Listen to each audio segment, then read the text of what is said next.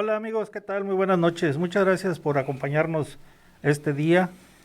Hoy vamos a tener una plática, una charla muy interesante, una charla de carácter histórico. Es un movimiento social que se dio de los pues más representativos en nuestro país. Hemos invitado este día a nuestro amigo el ingeniero Antonio Falcón Rubio.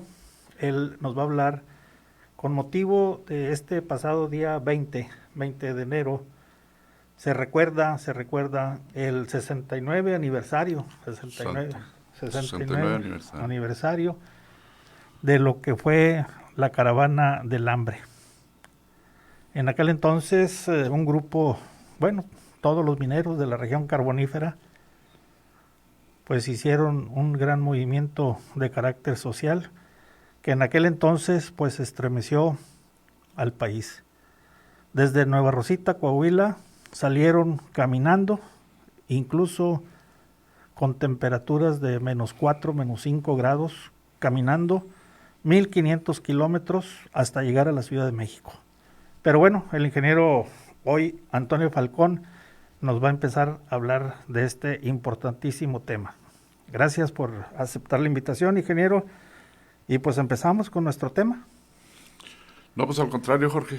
Te agradezco para la otra vez la invitación para hablar de este interesante tema. Sí, efectivamente, este 20 de enero se cumplieron 69 años de la Caravana del Hambre, mal llamada Caravana del Hambre. Esta caravana salió a las 10 de la mañana de Rosita, 5,000 hombres para caminar hasta la Ciudad de México y buscar una solución a su problema que tenían. Iban en busca y a platicar con el presidente Miguel Alemán Valdés, buscando la solución del conflicto contra la empresa ASARCO, American Smelting and Refining Company. Y todo comenzó porque 3 meses antes habían hecho una huelga, sí, de 3 meses, que había comenzado un 25 de septiembre de 1950, cuando los mineros de Palau, de la sección 28, dejaron las instalaciones de la mina de Palau y se fueron a la huelga. 20 días después o 21 días después salieron los obreros de la sección 14 y fracción primera de Cloete y de Rosita, la sección 14 de Rosita y Cloete de la sección 1, que fueron pues, más de 4,500 hombres.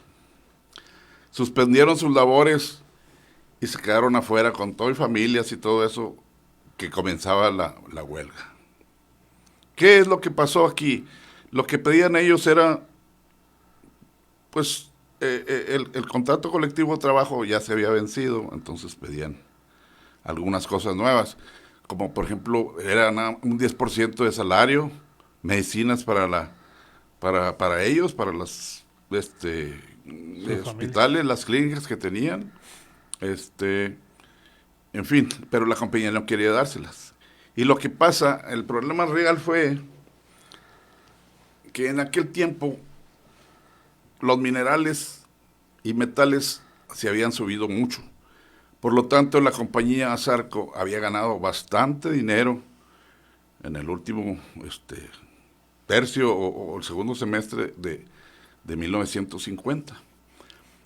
Y había un pacto tripartita de que cuando se excediera la liquidez de ganancia, eso se repartiría en 3 partes iguales para pagarle al gobierno sus impuestos, la otra parte para salarios y la otra parte para ganancia de la compañía. Y en realidad habían reportado que no habían ganado tanto, pero en realidad fue que habían ganado 350 millones de pesos que se tenían que repartir entre las 3 partes. De aquel entonces. De aquel entonces. Y les tocaba pues más o menos como 118 millones de pesos a los trabajadores. No quisieron dárselas. se las hicieron de agua.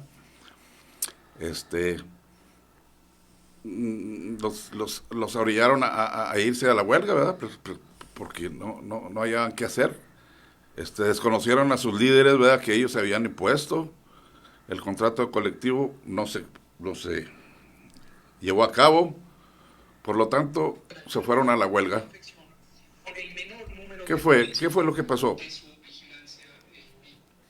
Al ver eso, la compañía, que se salieron la mayor parte de los trabajadores, pues trataron de amedrentarlos, de meterles miedo, y la mejor forma fue casi matarlos de hambre. Les quitaron lo que tenían de ahorro para la huelga, les cerraron el almacén de comida que tenían de ellos, la cooperativa y otras filiales, ¿verdad?, que tenían. Sí. Las clínicas ya no les dieron servicio, sí, médico. Incluso los almacenes que vendían ahí les dijeron que no les vendieran a los mineros. Incluso y asustaron a los médicos privados, ¿verdad?, particulares, que no les fueran a dar servicio. Total, los orillaron a tanto que hasta los soldados invadieron la ciudad. Estuvo en estado de sitio. No dejaban que ninguna persona se juntara, que hicieran bolita o algo, porque los metían en la cárcel, los maltrataban, y en fin, a punta de bayoneta. Incluso, pues no, hubo muchos casos de que... Otra cosa que también fue muy mala fue que ya no dejaron entrar a los niños a las escuelas, los hijos de los caravaneros. Incluso al principio que fueron, pues muchos niños, los hijos de los esquiroles, o sea, la gente, así se le llamó a la gente que siguió participando o trabajando en la mina, porque hubo gente que no hizo caso y no lo siguió, ¿verdad?, en la huelga. Total, los orilló a tanto que poco a poco ya faltó la comida, no tenían que comer. Era tan mala la situación, la gente, hubo niños que se murieron de hambre, de desnutrición, sobre todo los niños que le pagó, y era en invierno, ¿verdad?, ya prácticamente unos friazos, pues brutos. Les cortaron la luz, ya no les dieron agua a sus viviendas, sobre todo a los líderes. Incluso hay una anécdota muy triste que iban hasta las pobres mujeres iban al rastro a que les regalaran o recoger del suelo las tripas y la sangre y todo eso para llevar y hacer de comer. ¿Se imaginan? Llegó un momento en que no aguantaron, necesitaban mucha ayuda, y lo poquito que reunían pues se lo repartían, ¿verdad? Hubo casos de cuestiones heroicas de varias personas. Por ejemplo, don Ambrosio Guajardo, ¿verdad?, abuelo de un compadre mío de aquí. En ese tiempo, un señor ya grande, lo habían terminado antes de la huelga y le dieron 6,000 pesos. Lo que hizo este señor heroicamente y valiente era entregarlos a la causa, los 6,000 pesos. Él tenía a su esposa enferma y 4 hijos que también se lanzaron a la huelga.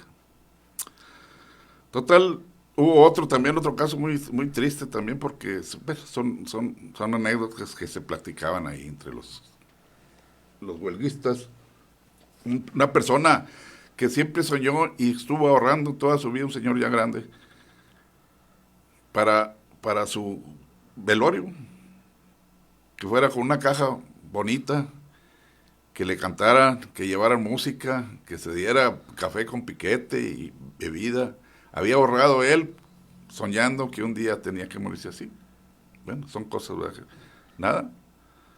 Todo ese dinero que tenía ahorrado lo abonó a la causa. Algo que te dices, ¿tú cómo puede ser? Pues sí, bueno, la gente que muy distinta. Ahora tú le puedes preguntar a alguien, no, pues no te doy nada. Pues sí. Eran cosas muy. Entonces allá en México se oía la huelga. Había hijos de mineros de la huelga que estaban estudiando en México, ¿verdad? Pobres, ¿verdad? Con beca o no sé. Y comenzaron a juntar dinero para mandar a la causa, ¿verdad? Porque necesitaban para comer. Y sí, hay unas anécdotas muy bonitas que hicieron. Y ahí es donde se da cuenta un personaje que interviene mucho y los ayuda mucho, ¿verdad? Casi un ángel fue para ellos, que fue la señora Esperanza López Mateos, hermana de Adolfo López Mateos. En aquel tiempo este hombre era senador, pero tenían unas ideas muy distintas. Esperanza siempre fue una persona activista, política, sindicalista, del grado al socialismo, ¿verdad?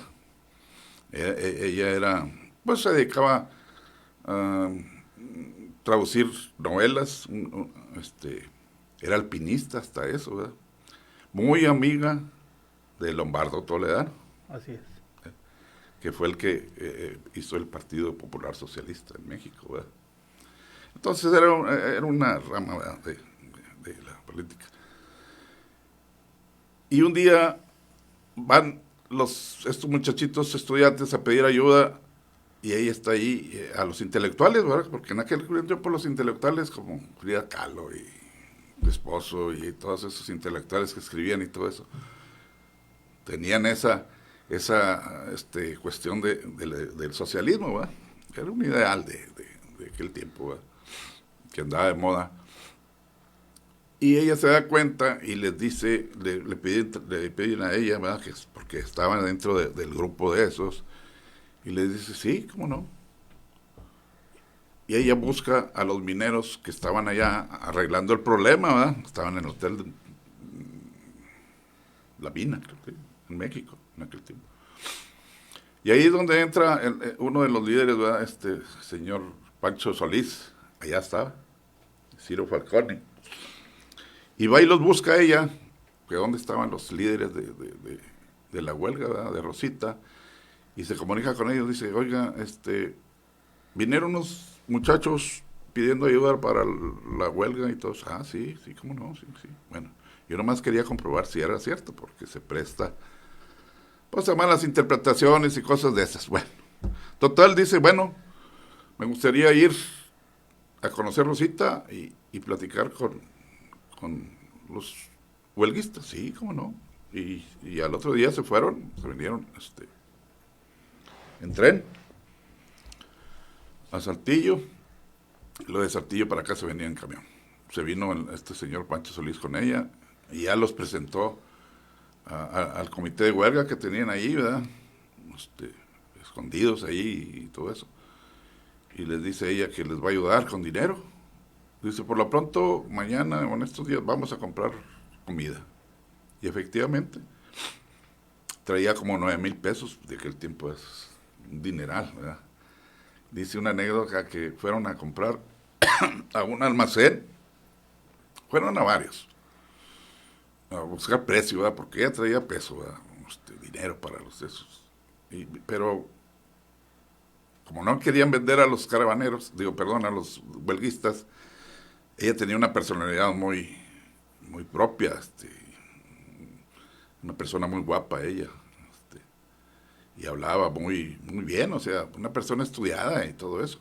Entonces, por ejemplo, una anécdota que dice que fue a uno de los almacenes de las tiendas grandes de allá y le dice al gerente, ¿verdad? Dame tu mejor precio y ahorita te compro 9,000 pesos de mercancía. Y otros 10,000, porque aquí traigo las escrituras de mi casa, que vale 60,000 pesos, pero te las empeño por 10,000 pesos más para que me des mercancía. Se quedó pensando, dijo, no, te vendo los 9,000 pesos, pero la de esta no. Bueno, total, buscaron otras partes y ya, se arreglaron con una tienda y compraron comida, ¿no? que pues los alivianó mucho en aquel tiempo, pero era mucha gente, ¿verdad?, que estaba en huelga, ¿verdad?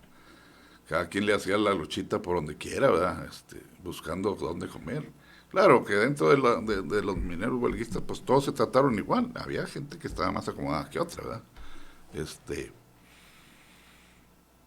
Hay una anécdota muy bien porque mi suegro fue caravanero y yo desde más joven yo oía las pláticas de mi suegro que pues se la pasaron muy dura porque pues no tenían sueldo, dice. Gracias a que nosotros siempre ahorramos tantito, pues ahí poco a poco, ¿verdad? Tenía 3 hijos, chiquillos, mis cuñados, ¿verdad?, en aquel tiempo. Pero total, bueno, y así fue como los intelectuales mandaban ayuda. Llegó un momento en que el ejército y otras personas, bueno, del ejército comenzaron a asustar a la señora para que se fuera, ¿verdad?, y no ayudara a estas personas, ¿verdad? Iban y le pateaban la puerta en el hotel, le hacían mucho ruido, incluso una vez fue uno de los soldados diciéndole que quería hablar el jefe de los soldados, ¿verdad?, el capitán, no, el coronel, el capitán, no me acuerdo cómo se llama, bueno, que quería hablar con ella.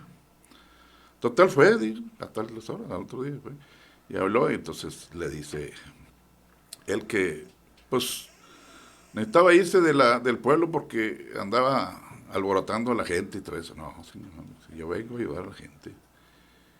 Y creo que estamos libres en una ciudad libre, dice.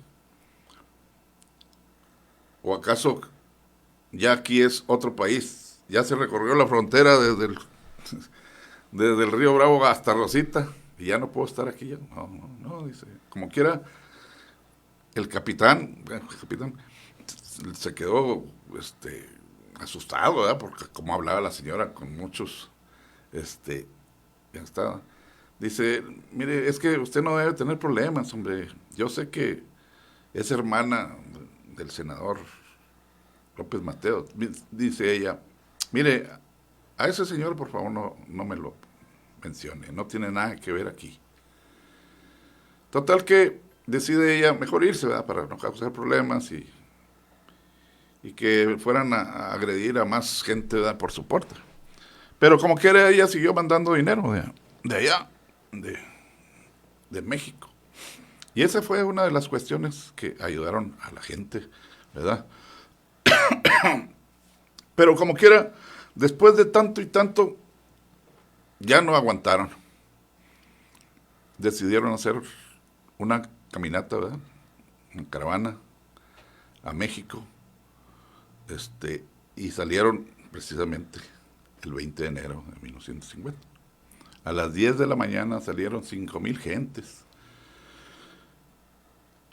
Los mineros de Palau prácticamente pues, se arreglaron ahí, no sé, los líderes con la compañía y se quedaron. Y los que sí se fueron los de Rosita y Cloete. Bueno, salieron cerca de 5,000 gentes a la Ciudad de México para arreglar el problema. No sé por qué la ruta que siguieron ellos, pues fue la normal, ¿verdad? De Rosita pasaron por Monclova, Saltillo, Monterrey, pero se fueron hasta Tamaulipas, hasta Ciudad Victoria. Era la carretera nacional. Era la carretera nacional, por toda la Huasteca, ¿verdad? Así es. Parece que llegaron también ya a San Luis Potosí, Sí. ¿verdad? A un lado de San Luis. O sea, a un lado por ahí. Llegaron a Estado de Hidalgo, ¿verdad? Y luego ya después Es que ese era el trazo de la carretera. Sí. Por eso ahora nos preguntamos, bueno, ¿por qué se fueron por ahí? Si ahora es por otro lado, ¿verdad? Sí. Bueno. Era el trazo de Saltillo, tenías que ir a Monterrey, bajabas a Linares y luego tomabas ya la carretera nacional. Bueno, total salieron de Rosita a esa hora con un friazo, pues, bastante. Era invierno, ¿no? Enero, ya se acuerdan ustedes, aquellos friazos que hacía anteriormente, ¿verdad? Toda su gente, pues con colchas y su maquinado, se les hacía muy fácil a mucha gente. Incluso mucha gente se llevó a sus niños, las señoras cargando.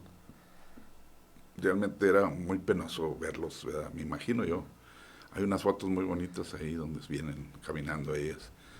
los señores con sus maquinoff, aquellos abrigos de lana pesadísimos, ¿verdad? Que se usaban mucho tiempo. Mi papá tenía uno de esos. Y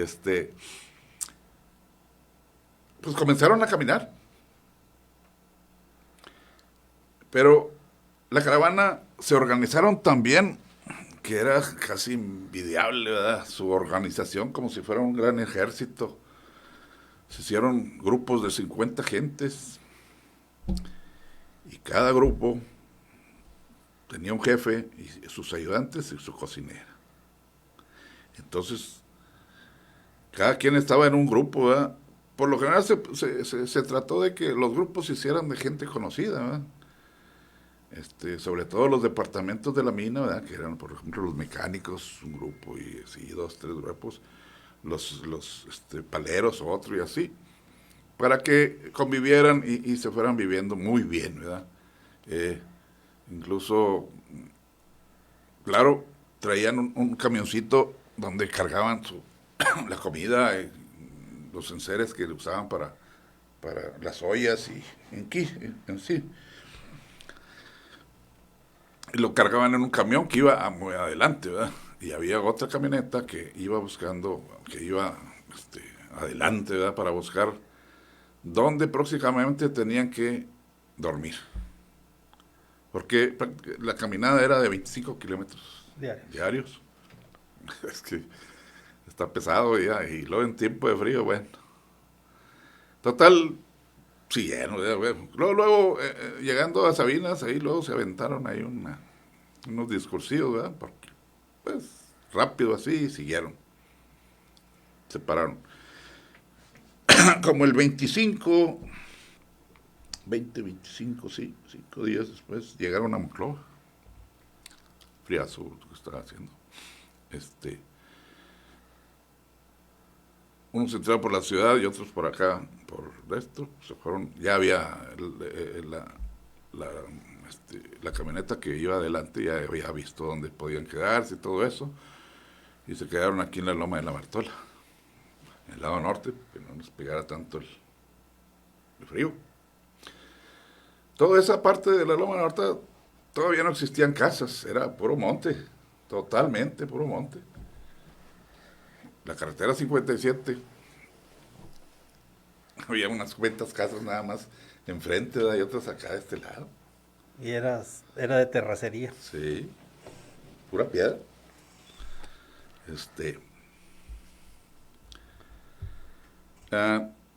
Y otros entraron al centro, a la plaza, a hacer un pequeño mitin ahí, dice. Hay un escrito muy bueno de Juan Gambelacayer, donde explica que él tenía, parece que 7 años. Estaba estudiando en la escuela moderna cuando llegaron y oyó ahí que los caravaneros, pues todos curiosos, ir a ver. Saliendo de las clases a mediodía, fueron a verlos y ahí. Y sí, efectivamente, mucha gente les ayudó, o sea, ya tenía la noticia que venían, ¿verdad? Porque por los periódicos comenzaron, ¿no? Luego la noticia. La noticia, ¿verdad? Pues era lo que había. Y el radio, ¿verdad? Era lo que se oía, oye, pues los caravaneros. Porque ya sabían de la huelga, ¿verdad? Porque estuvieron 3 meses huelgados. Cuando llegaron a Monclova, hicieron un mitin ahí, dice San Juan, que fueron a ver los niños, y mucha gente les llevó comida, colchas, manta, en fin, ollas, y para ayudarlos, los ayudaron muy bien. Y hubo una comisión que fue al sindicato de la 147. Le platicaba porque en aquel tiempo mi papá era el secretario de actas de la 147 y le tocó recibirlos. No estaba el secretario general porque andaba de comisión, no sé de qué. En aquel tiempo era don Roberto de la Garza. Y entonces le tocó a mi papá recibirlos, sí, cómo no, dice, inmediatamente convocó a junta extraordinaria, y se pusieron de acuerdo y les dieron una ayuda económica muy buena. Ya se fueron contentos los líderes estos, Ciro y el otro, Ciro Falcón y Pancho Solís, dice mi papá, platica que no pasó ni una hora o algo así, que le hablaron de México. Y era nada menos que el secretario general de los mineros, Rubalcaba, ¿verdad? Filiberto. Filiberto Rubalcaba, por ningún motivo, me acuerdo, me platicaba, papá, sí, y maldicientos y todo eso. No les vaya a usted a dar ayuda a estos hombres, ¿verdad? Y que todo eso. No, pues ya, demasiado tarde, le dijo, les acabamos de dar una... ¿Cómo? Bueno, dice mi papá, que pues le recibió una regañada bruta, Por parte de los líderes Sí, nacionales. sí, que no, a ver, bueno, pues, papá nunca se arrepintió de eso, dijo, no, pobres hombres, dice, pues incluso ya venían mucha gente con los pies hechos garras, y pues se les hizo fue muy fácil, sobre todo a las señoras, y venirse con sus chanclitas y todo eso, ¿te imaginas? No. Y fue una penuria, muchos desertaron, digo, no todo el mundo llegó, ¿verdad? Pero fueron muy pocos, ¿verdad? Igual, siguieron llegando. Cuando llegaron a Saltillo, bueno, igual entraron, ¿verdad? Ya Saltillo eran como en febrero, por los primeros de febrero. Sí. 5 días más, por ahí, el 2 o algo así. Y hicieron su meeting igual. El general Roberto, ¿cómo se llamaba? El gobernador. Padilla. Roberto Padilla, sí. Bueno, también los ayudó mucho, ya se fueron y acamparon a la salida de Saltillo, y ya iban rumbo a Monterrey. Ahí es donde entra el escritor famoso, que no era tan famoso todavía, se llamaba el que hizo libros y todo eso. Bueno, y llevaba de fotógrafo a Casasola también. En aquel tiempo. La fotografía esa histórica, cuando antes de llegar a Saltillo, Sí. en donde está Palo Blanco, era por la carretera vieja donde están las curvas. Ajá. De ahí es donde aparece esa fotografía, una fila inmensa de gente que va caminando, pero lo más relevante de ese lugar, y también en la muralla pasan caminando a una temperatura de 5 grados bajo cero. Sí. Y allá en Palo Blanco, antes de llegar a Saltillo, son 30, 40 kilómetros antes de llegar a Saltillo, la temperatura era 6 grados bajo cero. Híjole. Caminando niños, adultos, hombres, mujeres, con esa temperatura. Bueno, hay anécdotas y hay descripciones, porque había una persona que hacía la bitácora. Sí. Esa camioneta que iba adelante, pues iba escogiendo los mejores lugares claro, para acampar. La avanzada. La avanzada, sí. Y entonces pues hay anécdotas de que fueron pues algunos picados de insectos, de alacranes, de... Sí, sufrieron muchas sí. cosas, pues en el monte tirados nada más. No te imagines que vayan casas de campaña, no, la pura colchita y tirados en el suelo y la lumbre, ¿verdad? Así es. Nada más. Sí. Ahí fue donde fue Casasola y el otro, no se me olvidó. Esa es la fotografía más importante sí. que hay de la caravana. Sí. Bueno, ahí el gobernador, ahí cuando llegan a Saltillo, a él le pide el presidente que los detenga. Sí. Que no avancen más. No quería que llegaran, ¿verdad? Claro. De alguna forma. Después les hicieron muchas cosas. Bueno. Ahí fue cuando este periodista fue y Casasola a tomar fotos, porque ya los periódicos los tildaban de rateros y cosas de esas, ¿verdad? Comunistas, una palabra que muchos ni conocían, yo creo, ni sabían de qué se trataba en el tiempo, ¿verdad? Y que se oía muy feo. Sí. Y fueron a comprobar realmente si eran mineros, porque incluso en los periódicos salía que no, eran campesinos engañados y que no eran mineros, y en fin, les inventaron tantas cosas para desprestigiarlos, y en fin, pero comprobaron que sí, eran mineros. Incluso hay una anécdota ahí que cuando llegaron en la noche, ¿verdad? Que los dejó un carro y luego ya se fueron a pie estos dos hombres, luego, ¿quién vive? Pues, el vigilante, ¿verdad? Había varios vigilantes alrededor del los que estaban dormidos. Ya dijo, son periodistas y esto, queremos. Bueno, pásenle. Pues estaban ahí en la lumbre y comenzaron a platicar. Nada más queremos comprobar que somos mineros. Dice, ya estamos cansados porque dice que son comunistas. Dice, y se ríe el que lo recibió en la noche, que le tocaba turno de guardia. Dice, no, hombre, ya estamos cansados de que nos digan tantas cosas.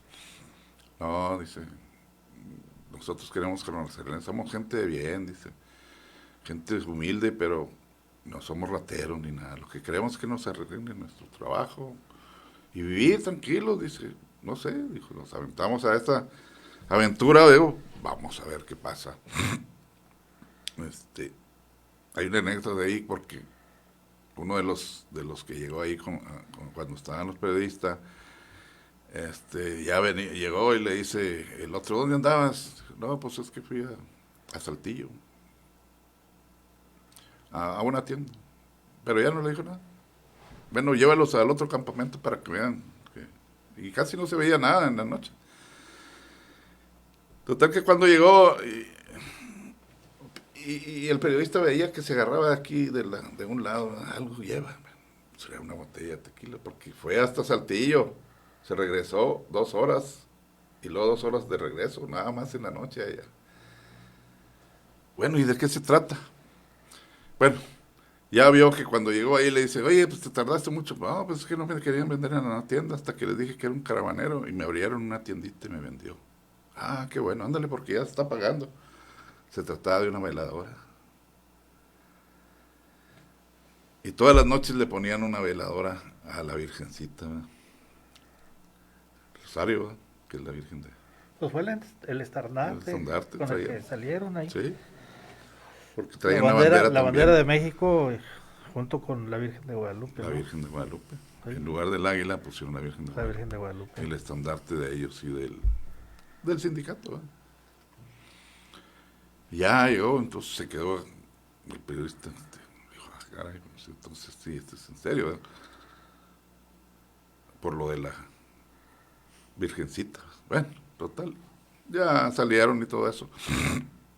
Ahí es donde entrevista a este personaje que viene, aquí lo estaba viendo, don Ambrosio Guajardo. Viejito él. Y lo mencioné ahorita que dio los 6,000 pesos. Sí. ¿Sí? Ahí lo vuelve a entrevistar. Y pues le platica que él ya está grande y trae 4 hijos, 3 hijos que llevaba ahí en la caravana. Yo personalmente conocí a 2 de ellos, a don Gilberto Guajardo y a don Héctor Guajardo. Fueron los más chicos, los conocí aquí en Monclova. Platiqué con ellos. Don Ambrosio Guajardo es el abuelo de un compadre mío. Compadre y mi cuñada, que es el esposo, hermana de mi esposa. En paz descanse. Ellas son de Palagó. Bueno, mi cuñada de Rosita y mi esposa, en paz descanse, de Palagó. Su papá fue caravanero, don Lupe Valdés. Navarro Valdés, él también me platicó muchas historias. Él aprovechó mucho en la caravana para... Le sabía mucho a la cuestión de arreglar zapatos y cosas de esos, zapatero. Sí. Y se llevó sus cositas y ayudaba. Se ayudaba. A algunos le podían pagar, a otros que no, ¿verdad? Pero había una camioneta que cada 15 días o cada semana se regresaba. ¿Por a Rosita, ¿sí? Llevaba cartas y llevaba pues algunas cosas que, pues, no sé, y cómo iban y todo eso, ¿eh? Porque pues noticias. No había forma de comunicarse. Y así se la pasaron, ¿verdad?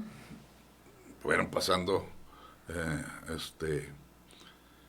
llegaron a Monterrey, igual, ahí el Ignacio Orones Prieto, ¿verdad? Que era el Sí. gobernador. Pues también trató de ayudarlos, ¿verdad? A que ahí mismo se comunicaron con la compañía para ver si podían agregar un arreglo. No. Todo por el famoso Chato, ¿verdad? ¿Cómo se llamaba? No me acuerdo. El brazo represor de Miguel Alemán. Era el del secretario de Trabajo. Negociador. Ahí. Que no les hicieron caso.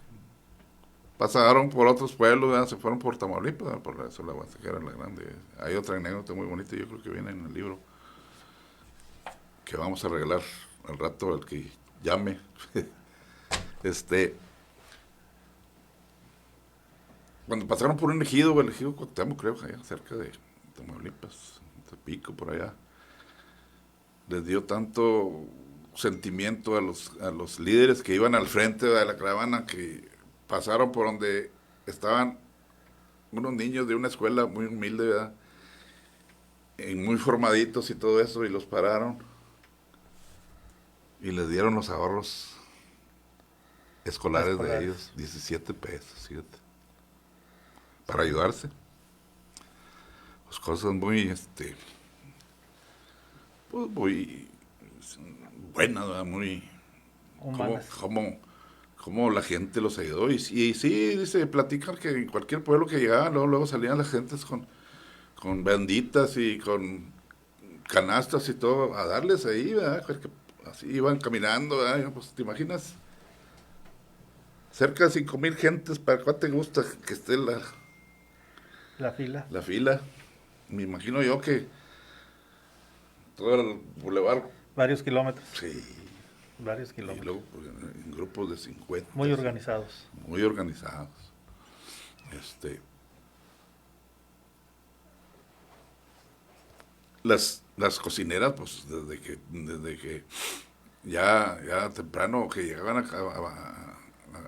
a descansar y todo, comenzaba la lumbre y a hacer tortillas y a hacer todo, ¿verdad? Para darles de comer a toda la gente, ¿te imaginas? En grupos, ¿verdad? Cada quien sus cocineras.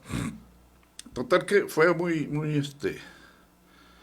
muy triste y a la vez heroicamente muy valientes por haber hecho todo eso, ¿verdad?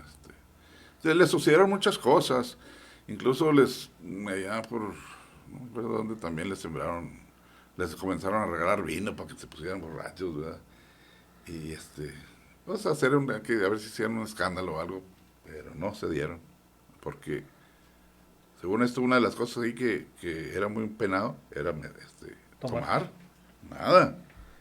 nada, nada, tomaron nada. Total que fueron llegando a la Ciudad de México, entraron en qué, fue enero, febrero, marzo, ¿verdad? Primeros de marzo.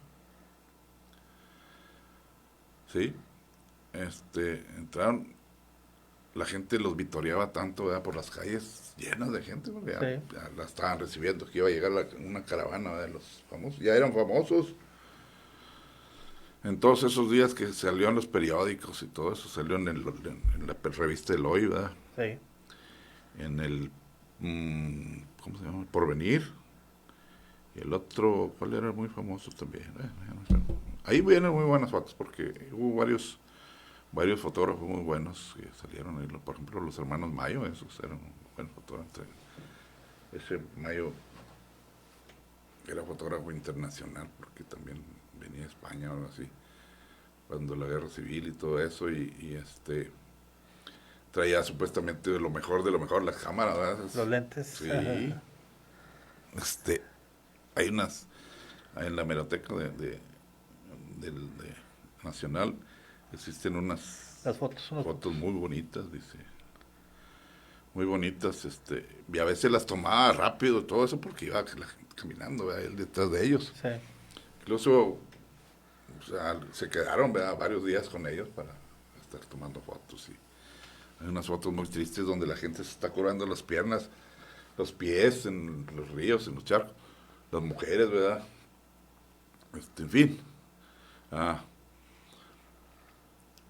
y todo eso, pues, se quedó. Bueno, ya llegaron a México y, pues, luego en el Zócalo hicieron un gran mitin, ¿verdad? que estaban rodeados ahí para que no fuera a haber problemas ni nada de eso. Y se hicieron su meeting y todo eso. De Palacio Nacional nadie se asomó en Argentina. Estuvieron ahí varias horas, varios oradores, ¿verdad? Estos muchachos y estos señores y hasta las señoras ahí, ¿verdad?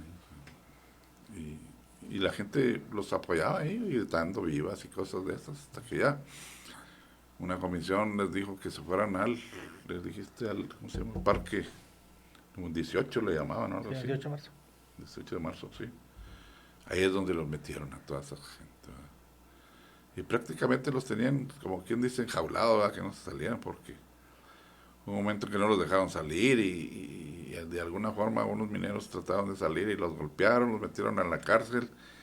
Ahí fue donde fue otra vez la señora López Mateos a sacarlos, a pagar multa y todo eso. ¿Verdad?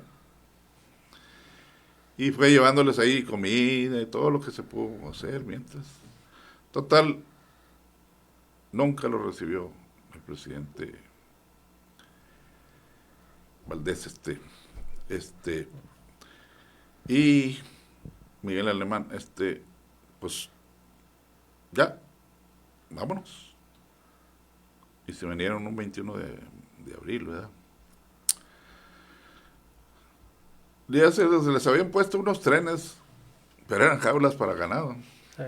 Que se vinieran en ellos para Sabina. No quisieron. No. Les pusieron mejor unos carros, ¿verdad? Con pasajeros y todo eso. Y ya. Fue cuando llegaron aquí el 24 de abril, algo así. A Sabinas. Dicen que el tren que les habían asignado primero de las jaulas, unos días antes se descarriló, en el mismo tiempo cuando venían ellos. Aseguran unos o dicen que era adrede que preparado les hubiera sucedido a ellos, ¿verdad? Bueno, no sabemos realmente, ¿verdad? Pero total, estos valientes hombres lo que hicieron, ¿verdad? Y todavía en este tiempo, pues nadie lo hace, ¿verdad? Menos en aquel tiempo, con la esperanza de arreglar ya cuando volvieron, pues muy tristes, ¿verdad? Con las manos vacías, y nada. Y la familia sin comer, ni nada, todavía ahí. Muchos se volvieron a meter, muy poquitos, digo, no tantos. Otros se fueron del pueblo, otros a Estados Unidos. Mucha gente vino, dice papá, a Monclova. Por eso hay mucha gente aquí de Rosita, ¿verdad? Que sus papás, sus abuelos, vinieron a trabajar a Monclova. Sí. Sí. Y así pasó esto, ¿verdad? Antes de terminar, ¿verdad? Y decir, para dar un dato histórico de Rosita, todos esos terrenos, vamos a hacernos un poquito más para acá, porque le puedo dar para atrás desde que se hicieron los pueblos primeros y los presidios y todo eso, y quién fue poco a poco viviendo ahí, haciendo las cosas. Pero al final de cuentas, en 1886 por ahí, fue de don Evaristo Madero, Elizondo, todos esos terrenos. Abuelo de Francisco Madero, el apóstol de la democracia. ¿Cómo se hizo? Bueno, este señor hizo dinero, fue muy abusado, muy visionario, porque compró minas, compró la de la San Blas, Lampacitos y Rosita. Había otras minas, ¿verdad?, de otras gentes, porque esos terrenos, Benito Juárez los cedió a mucha gente que estuvo en la guerra contra Maximiliano. Sí. Expropió esos terrenos, todo era de los Sánchez Navarro, se los quitó. Y muchos ya, se los dio a mucha gente, repartió ahí todo lo que pidieron. Y se los dieron por haber estado en la guerra contra los franceses y Maximiliano. En el tiempo de Maximiliano, cuando estuvo Maximiliano mandó a un geólogo o algo así muy famoso a que viera ahí los terrenos, ¿verdad? Porque pensaba en grande que quería hacer algo. Sí, le dijo aquí hay mucho, mucho, mucho carbón para explotar. Pero total, ya, se perdió, lo mataron todo. Don Evaristo se quedó con muchos terrenos de esos, ¿verdad? Cuando Sí. los compró esas minas. Sobre todo, él compró la Rosita, ¿verdad? Que es la mina número 6. Había número 1, 2, 3, 4, 5, 6. La uno y la 2, hubo una explosión y la cerraron. La número 2 se inundó, no había manera de rescatarla. La número 3, 4, 3 y 4, 5. En el tiempo de la revolución, bueno, no, una la voló Huerta, Sí. la 3, y la 4 y 5 la confiscó en 1916 Carranza. Se quedaron más las 6. Se quedaron los que era la mejor y después fue la más grande, ¿verdad? Azarco compra a los Madero que se quedaron, ¿verdad? Donde ya había muerto en 1910, murió en Evaristo, sí. Ya en 1920 por allá fue cuando compró a Azarco a los herederos y otros socios que tenían, ¿verdad? Que no le explotaban tanto, y fue cuando lo compró a Azarco, y hasta la fecha después fue de Minera México y todo eso. Todavía. Todavía. Todavía siguen explotando. Es un recurso pues muy importante en aquel entonces, el carbón, porque pues todo se movía a través de eso, ¿no? A don Evaristo le interesaba mucho el carbón porque él tenía una siderúrgica en Torreón, Sí. muy grande, bueno, relativamente, y él pues Para la necesitaba el época. carbón. Para la época, Y sí. lo traían de Estados Unidos, Sí. fíjate. Sí. Y llegaba a Tampico en barco, y luego de ahí en tren hasta Torreón. Fue cuando comenzó y le dijo Porfirio Díaz, vete a hacer El el ferrocarril ferrocarril de Piedras Negras a Torreón. a Torreón. Y ahí comenzó en 1883, 84, no, en 1874 llegó a Monclova El ferrocarril. el ferrocarril. Sí. En estas fechas parece que hace poco. Bueno, ayer antier no, no, no, en febrero, marzo, en abril. El 20 de abril llegó a Castaños, unos días antes a Monclova. Sí, ven. Pues eso le ayudó ya a hacer todo eso. Ya el ferrocarril entraba a los ramanes ahí de las minas, vea todo eso, ¿verdad? Allá ya pasaba por Esperanzas, sí, hasta Palau, todo eso. Todo lo que es la región carbonífera. Las minas de Cloete, pues también las compró la Zarco, Sí. pero ese era de los ingleses. De los ingleses, porque el inglés que los compró en 1900 fue Boderick, Palau. Palau. Ingeniero Ese Palau. fue el que hizo ese Empezó a famoso señor. desarrollar el. Famoso señor, ese fue el que se murió en el Lusitiana, Así es. que los alemanes lo hundieron en la guerra, en la Primera Guerra Mundial, ¿verdad? En 1916. Bueno, esa es la historia más o menos de cómo se hicieron estos hombres ahí y pues qué admirable, ¿verdad? Estos heroicos mineros, ¿verdad? Sus descendientes, como digo yo en mi escrito, deben estar orgullosos de ser descendientes de esas personas que se aventaron a hacer eso. Pues qué valientes, ¿verdad? Porque si lo tomas a pensar ahorita dices, no, una vez. Y hay que recordarlo siempre porque las nuevas generaciones no saben nada de esto, desgraciadamente. Pero qué bueno que cada año se recuerde y se haga un memorial. No sé, al menos por nuestra parte hay que siempre recordarlos, hacer un pequeño escrito, una crónica o algo, ¿verdad? Para que poco a poco lo vayan haciendo. Ahora que escribí una pequeña crónica de esto, pues mucha gente dice, yo no sabía nada de esto, y así. Así es. Pero bueno. Pues es que bueno, fue en el año 50, hay que recordar esto. Y esa historia era prácticamente para no contarse, para no contarse. El gobierno presionó mucho, el gobierno en aquel entonces presionó mucho para que pues se desvirtuara toda esa labor que se hizo. Bueno, este movimiento social es de los más importantes que se ha registrado en el país. Único. Sí. Por ser el número de kilómetros que caminaron, 1500 kilómetros de Monclova, 50 días se echaron.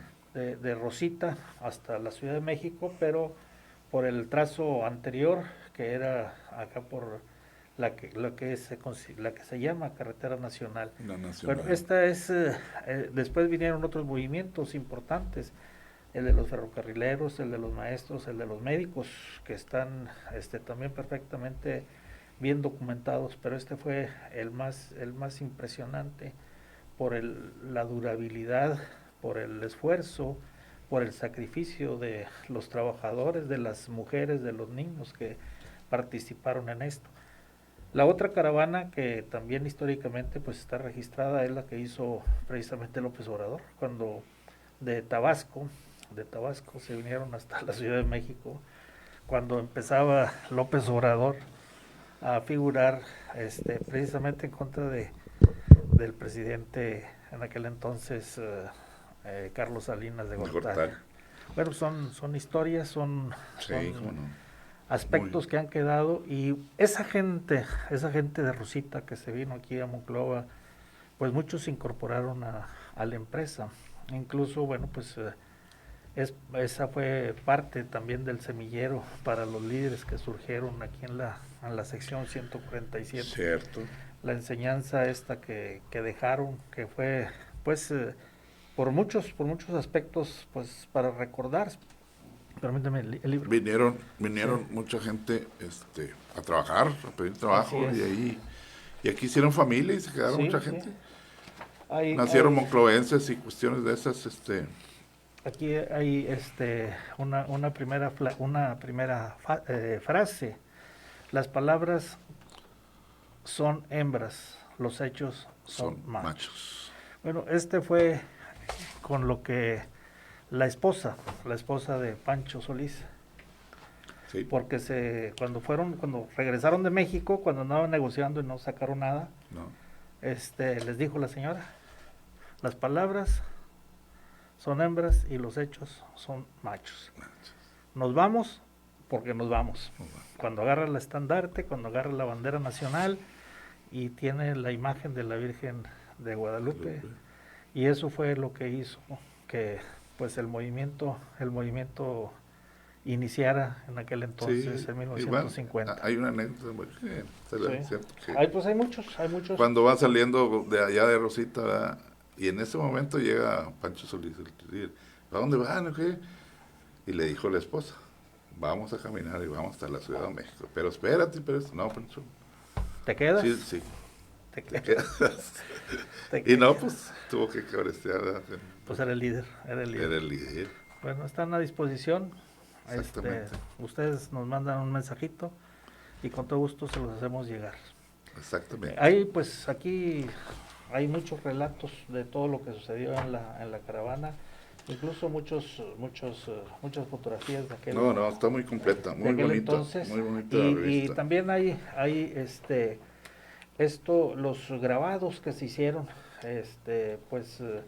con motivo de esta caravana, que era la forma de comunicación de aquel entonces, pues también vienen aquí vienen, dicen, impresos de alguna forma.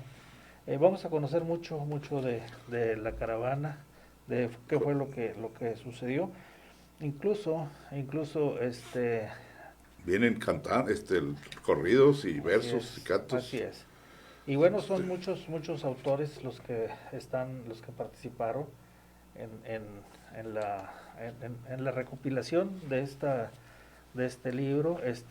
La carta que le hicieron al presidente López Mateos, bueno, viene muy bien narrado. Yo tengo la fortuna de ser amigo del doctor Barbosa, Juan Raimundo Barbosa, de allá de Sabinas, de Rosita. Pues él es el principal promotor de todas estas actividades. Él tiene la idea de hacer un memorial allí en Rosita para recordar Qué bueno, qué esto. bueno. Y pues obviamente que hubo en aquel entonces pues mucho deseo oficial de ayudar. El padre de él fue médico precisamente de los caravaneros. Y luego él se quedó con todo el acervo que el padre tenía. Fíjate, qué ¿Sí? bueno. Tiene 2, 3 libros escritos Sí, sí, sobre sí, el sé tema. que escribió unos Sí, libros. y bueno, pues es conferencista y la verdad es que pues hemos aprendido de él, pues muchas de estas, Sí, sí, cómo no. de estas pláticas en donde pues cuenta todo lo que sufrió los obreros, los mineros de Nueva Rosita en busca precisamente de mejorar su situación pues laboral. Ellos estaban reclamando mejores prestaciones, el dinero que se habían comprometido la empresa para darles y que fue el motivo precisamente del estallamiento de la huelga. Y bueno, pues ahí se dan aspectos de mucha solidaridad con el pueblo, a pesar de aquellos, los panzas blancas y que eran pues la gente que trabajó del lado de la empresa, ¿no?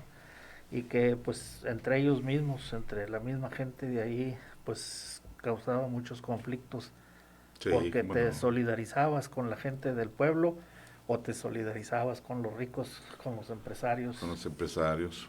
Y bueno, pues hay muchas anécdotas, Muchas anécdotas. muchas anécdotas, Esta revista está muy buena. Vienen muchas cosas. sí, bien, sí, Viene incluso la fotografía del minero, la estatua, la estatua del minero. Viene la fotografía del joven, ¿verdad? Que posó sí, sí, para eso.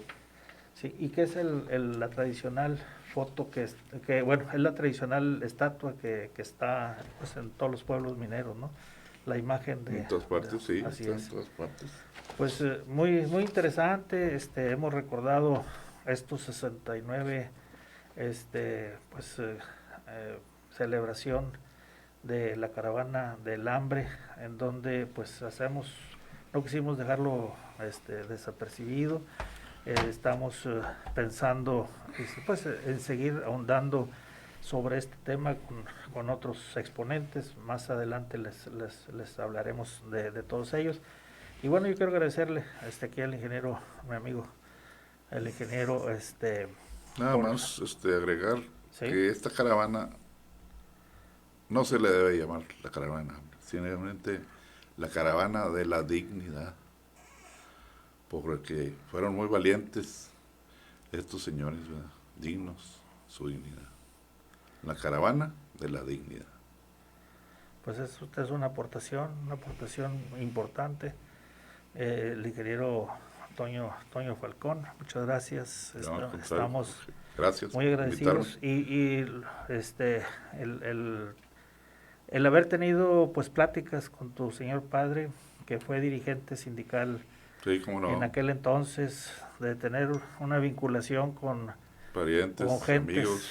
que estuvieron por allá y que pues se daban los pormenores de las cosas Sí, sí, hay muchas, no que de repente me acuerdo en las pláticas ahí que se daban, que que se nos dieron, decían estos así es. señores, los tíos de mi esposa y todo, híjole, no Oye, eran tantas en cosas. una de las pláticas del doctor Barbosa decía que pues cada día era más difícil para la gente que se quedaba ahí, porque bueno, pues los primeros días salían a cazar conejos, salían Sí, sí, como a todos. conseguir pues ahí las cosas silvestres, iban al río, pescaban, bueno, pero pues era tanta la gente que pues cada día tenían que ir más lejos para conseguir el Sí, alimento, pues ¿no? eran miles de gentes. Sí, Sí, esos eran los trabajadores, y ahora falta la familia, la esposa y todos los los niños. hijos y todos, Se contaba que eran más de 25,000 gentes que así estuvieron es. en ese problema, ¿verdad? En Rosita, En esa situación con por hambre, ahí, ¿de dónde se? pues es una situación por ahí que son hechos históricos, es cosas reales de la vida de nuestra región, de nuestro estado. Hay mucho por comentar, por decir, por seguir investigando, por hacerle justicia a toda esa gente. Creo que ya nada más quedan 3 personas con vida de los caravaneros, de los que salieron. El año pasado, antepasado, hace 3 años, se murió don Héctor Sí. Guajardo. Pues tienen un Trabaja aquí, vivía en Monclova. sí. Pues hay un censo ahí sí, que lo tiene precisamente el doctor Barbosa. De todos los que ya...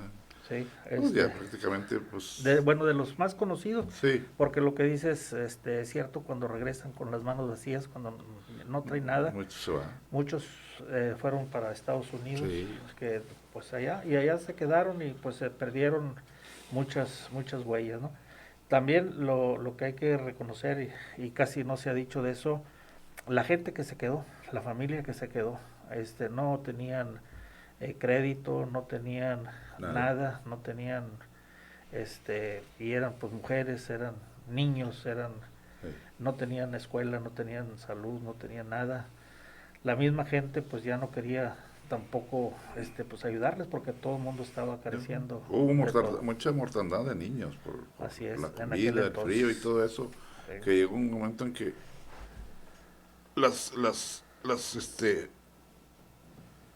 ya no les querían vender ataúdes ni fiarles los entierros.